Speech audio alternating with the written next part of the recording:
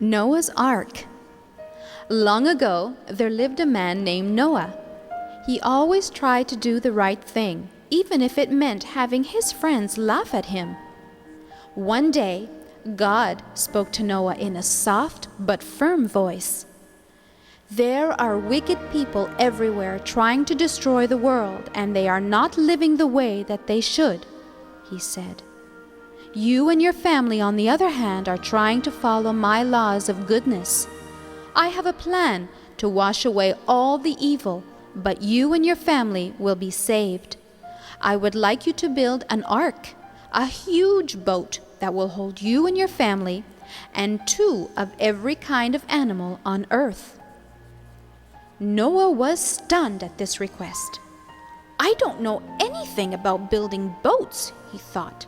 "And besides, we live many miles from the sea. I don't understand how this can be."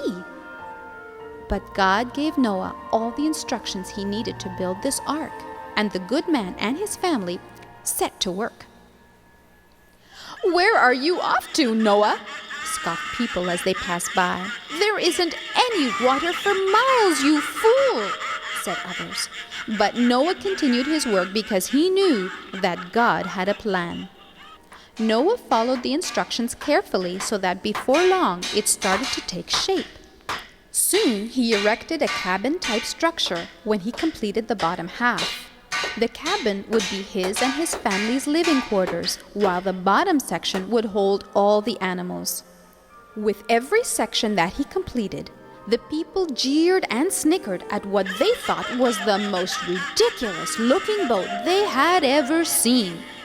He invited them to join him on his trip, but they laughed even louder than before, and they all went home. When the ark was finally finished, he gathered his wife, his sons, and their wives, and he asked them to complete the second request that God had made. "I want you all to round up 2 animals of every kind on earth." "Every kind, Father?" said the youngest son, who didn't like spiders very much. "Every kind, son," replied his father.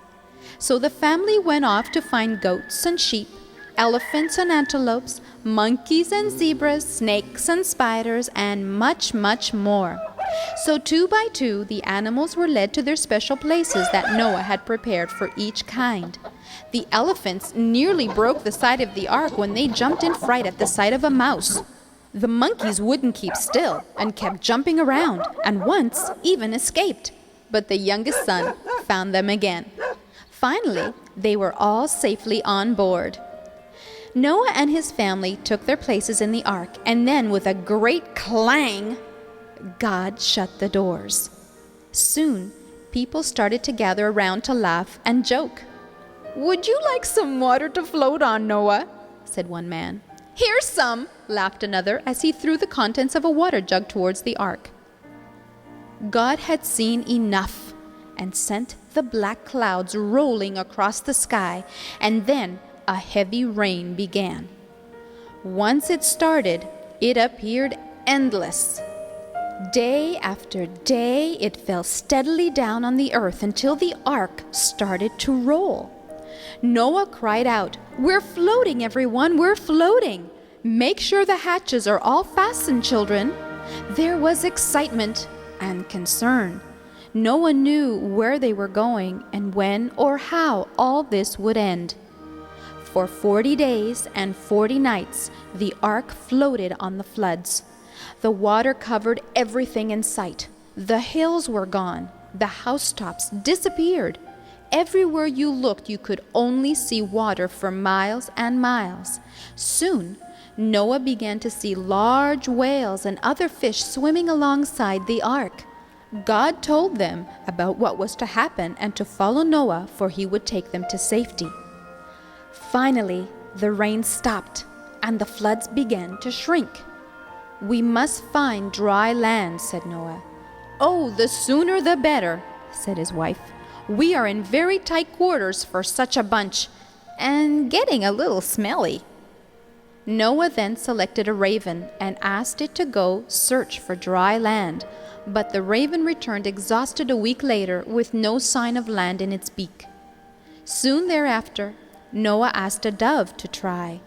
She too returned exhausted with no luck. Noah was getting concerned, but he kept the faith that God would provide for him, his family, and all the animals. Another week passed, and Noah sent the dove out again. By the next morning, the dove returned with an olive branch in her beak. Everyone cheered at the sight. "The water must be drying up," cried out Noah. "We shall find land shortly." After several weeks, Noah sent the dove out for the third time, but this time she did not return. They were certain that she had found a place to build a nest. The next day, with a large thump and a bump, the ark settled on top of a mountain. Happily, Noah and his family climbed out of the ark, and then the animals followed. Noah looked at the animals and noticed that there were several more now of every kind than there were before. Many baby animals were born on their long, perilous trip. Noah fell to his knees, looked up at the sky, and thanked God for saving their lives. "You did well, my son," said God. "I am pleased, and I promise that I will never again destroy the world that I have created." And in remembrance of this promise, God made a rainbow that stretched from earth to the heavens and back down again. Have you ever seen the colors in a rainbow? Can you name them?